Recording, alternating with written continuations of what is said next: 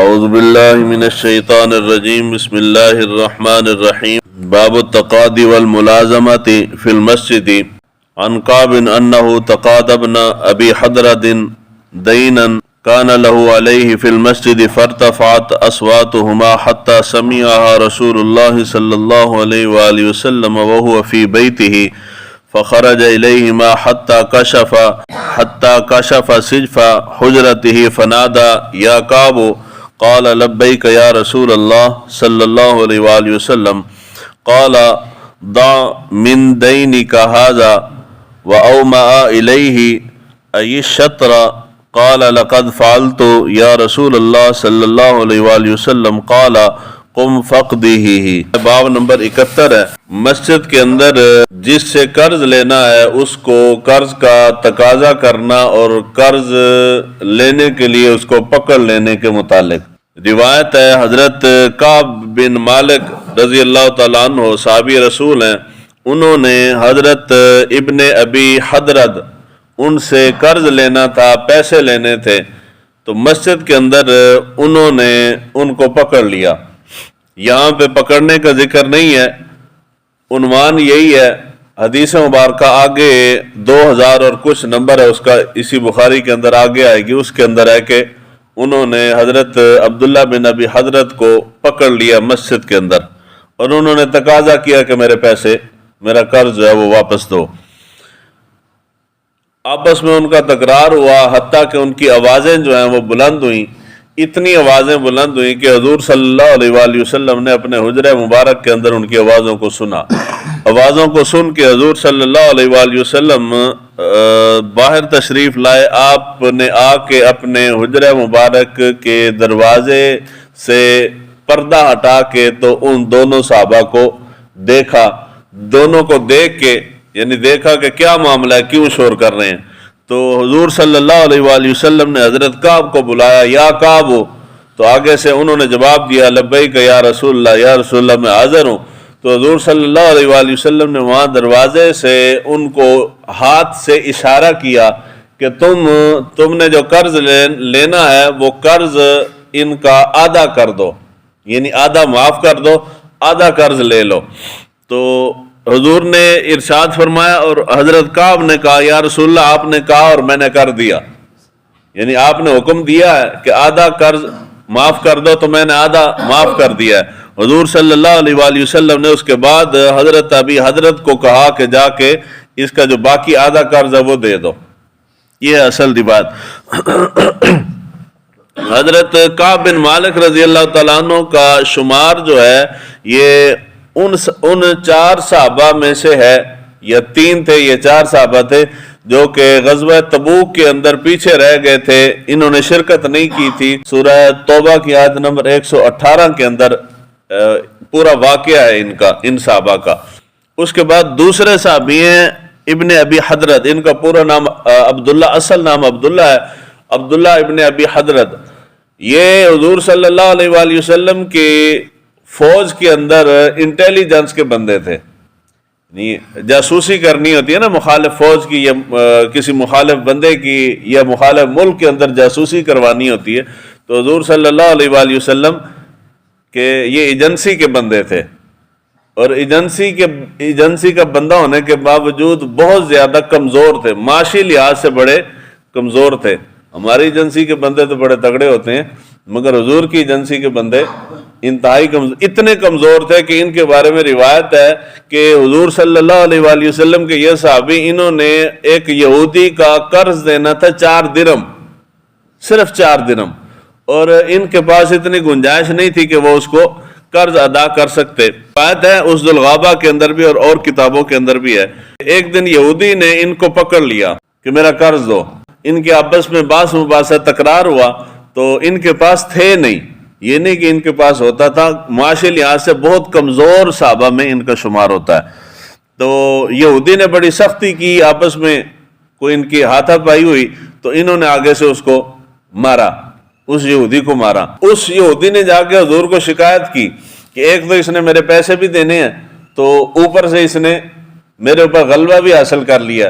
تو حضور صلی اللہ علیہ وسلم نے حضرت عبداللہ بن ابی حضرت ان کو کہا کہ یہودی کے قرضہ جو ہے وہ واپس کرو.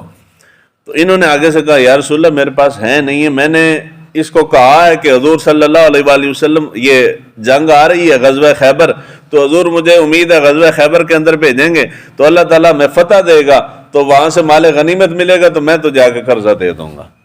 دیکھیں نا صحابہ کو یقین کتنا ہے, حضور بھیجیں گے تو ہم جیت بھی جائیں گے اور مال غنیمت بھی آئے گا تو میں قرضہ بھی دے دوں گا.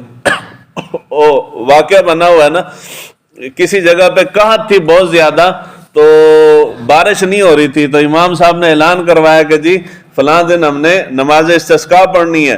تو بات ساری یقین کی ہوتی ہے, نماز استسقاء پڑھنی ہے تو ساروں نے نکلنا ہے. اب سخت دھوپ سخت گرمی کے اندر سارے لوگ نکلے, ان سارے لوگوں میں سے ایک چھوٹا سا بچہ تھا جو اپنی چھتری بھی ساتھ لے کے گیا, چھتری بند کی ہوئی تھی اس کے ہاتھ میں تھی. تو کوئی بڑا سیانہ تھا تو اس نے کہا کہ تو کہاں چھتری لے کے جا رہا, کو بارش آ رہی ہے؟ اس نے کہا نہیں, یہ امام صاحب نے کہا ہے نماز پڑھنے کا, ہم جائیں گے رب سے بارش مانگیں گے تو بارش آ جائے گی, واپسی پہ میں چھتری لے کے آؤں گا. اور ساروں نے مذاق کیا, ہنسی مذاق کے اندر بات ٹال دی. وہ گئے میدان کے اندر جا کے وہاں دعا مانگی. اللہ تعالیٰ کی قدرت ہے نا, رب یقین دیکھتا ہے, تو اللہ تعالیٰ نے بارش دے دی. اب وہ جو ہنسنے والے تھے وہ سارے بھیگتے ہوئے آئے, اور وہ جو یقین کے ساتھ گیا تھا وہ چھتری کھول کے آ رہا ہے. یعنی اللہ تعالیٰ سے جب تم نے مانگنا ہے تو پھر یقین بھی رکھو کہ میرا رب دے گا. تو یہ ان کو یقین تھا کہ حضور غزوہ خیبر پہ میں بھیجیں گے اور اللہ تعالیٰ میں فتح بھی دے دے گا, فتح ہوگی تو مال غنیمت آئے گا تو اس مال غنیمت میں سے تمہیں دے دوں گا. کتنا یقین ہے صحابہ کو. تو حضور نے کہا کہ نہیں اس کو دو, اس کا قرض واپس کرو. دوسری بار پھر کہا, انہوں نے پھر یہی عرض کی کہ یا رسول اللہ میرے پاس نہیں ہے کچھ بھی, اگر میرے پاس مال ہوتا تو میں دے دیتا. حضور نے تیسری بار کہا.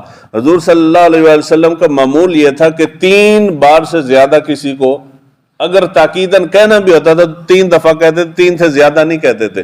ان کو حضور نے چوتھی بار, جب تیسری بار انہوں نے پھر کہا نا کہ میرے پاس کچھ نہیں, حضور نے چوتھی بار پھر کہا کہ نہیں اس کو قرض دو. جب چوتھی بار کہا تو انہوں نے سمجھ لیا کہ آج خلاف معمول حضور چوتھی بار تاکید پھر کر رہے ہیں تو اب انکار نہیں کرنا چاہیے. یہ اٹھے بازار گئے, ان کے پاس تھے 2 کپڑے. صحابہ کی حالت دیکھیں, ایک کپڑا تھا جو سر کے اوپر پگڑی باندھی ہوئی تھی, امامہ تھا. ایک کپڑا پورے جسم کے اوپر لپیٹا ہوا تھا, ستر اپنی چھپائی ہوئی تھی, اور تیسرا کپڑا جسم پہ کوئی نہیں تھا. انہوں نے کیا کیا کہ حضور نے جو تاکید کی ہے کہ لازمی دو اب اس کو, تو انہوں نے اپنا امامہ شریف کھولا, امامہ شریف باندھا ستر کے اوپر, اور وہ جو چادر جس چادر سے اپنے جسم کو لپیٹ رکھا تھا وہ چادر لے کے بازار میں کھڑے ہو گئے کہ میں یہ چادر بیچنا چاہتا ہوں اگر کسی نے خریدنی ہو. وہاں وہ چادر بیچی 4 درہم کی, 4 درہم کی چادر بیچ کے تو وہ 4 درہم اس یہودی کو واپس کیے.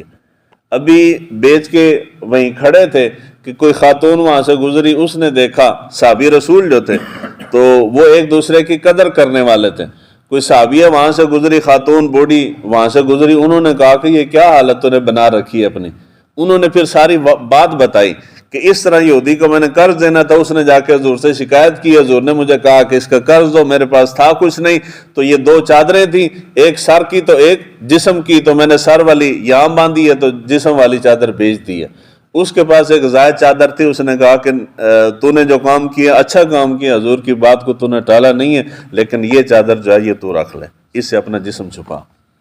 یعنی صحابہ کرام رضوان اللہ اجمعین قربانیاں بھی دیتے تھے, سارا کچھ کرتے تھے, اور معاشی لحاظ سے اتنے کمزور تھے. اس سے پہلے جو کل کی حدیث مبارکہ گزری ہے نا, اگر آپ کے ذہن میں ہو, وہ کل کی حدیث مبارکہ کے اندر ایک صحابیہ اما عائشہ کے پاس آئی تھیں کہ آپ میری رقم اگر ادا کر دیں تو میں آزاد ہو جاؤں گی. ذہن چاہیے تھی گل جی. وہ حدیث مبارکہ بھی اور یہ حدیث مبارکہ بھی اس بات پہ دلالت کرتی ہے کہ اگر کوئی بندہ مقروض ہو تو اس کا تماشا نہیں دیکھنا چاہیے. اگر آپ صاحب حیثیت ہیں تو آپ کوشش کریں کہ اس کا جتنا قرض آپ ادا کر سکتے ہیں ادا کر دیں. اپنی طرف سے اس کا قرض جو ہے وہ نہ کرو, آکو تو صحیح نا, ادا کر دینا. یہ صحابہ کی سنت ہے, حضور صلی اللہ علیہ وآلہ وسلم کی سنت ہے. جیسے ہم کہتے ہیں نا کہ کسی کی بیٹی کی شادی ہو تو ہم اس کو مدد کر دیں, یعنی ایک ہمارے پاکستانیوں کا مزاج ہے کہ بیٹی کی شادی ہو تو اس کی مدد کر دیں. تو بیٹے بیچارے کا کی قصور ہے؟ غریب بندے کی بیٹی ہوتی ہے تو بیٹا بھی تو غریب کا ہوتا ہی ہے نا. نہیں جی بیٹی کی شادی ہوگی تو مدد کریں گے, بیٹے کی شادی ہوگی تو نہیں کریں گے. کیوں بھائی؟ اس کا کیا قصور ہے؟ غریب تو غریب ہی ہے، چاہے بیٹا ہو یا بیٹی ہو. تو اس کو صرف مظلوم بنا کے ہم نے عورت کو جو ہے نا اس طرح کی تصویر بنائی ہے. مسئلہ کوئی بھی ہو اس کا مسئلہ حل کرنا حضور صلی اللہ علیہ وآلہ وسلم کی سنت مبارکہ. تو کوشش کریں اگر کوئی مقروض ہے تو اس کا قرض ادا کر دینا، یہ بہت بڑا عظیم صدقہ ہے. مسجد کے اندر شور کرنا، اونچی آواز سے بولنا، گفتگو کرنا، اس کی بڑی سخت وعید ہے. لیکن اگر حقوق العباد کا معاملہ ہو تو حضور صلی اللہ علیہ وآلہ وسلم نے یہ دیکھ کے بھی صحابہ کو منع نہیں کیا کہ آپ مسجد کے اندر شور شرابہ نہ کرو. ویسے مسجد میں شور کرنے کی اجازت نہیں ہے، مگر حقوق العباد کا معاملہ ہو تو پھر اجازت ہے. مسجد کے اندر خرید و فروخت کی اجازت نہیں ہے، لیکن اگر کسی کا قرض دینا ہو تو وہ مسجد میں تقاضا بھی کر سکتا ہے کہ میرے پیسے واپس کر، اور دینے والا مسجد کے اندر بیٹھ کے قرض دے بھی سکتا ہے. خرید و فروخت کے لیے پیسہ ایک دوسرے کو نہیں دے سکتے، مگر قرض لوٹانا ہو تو مسجد کے اندر کر سکتے ہیں.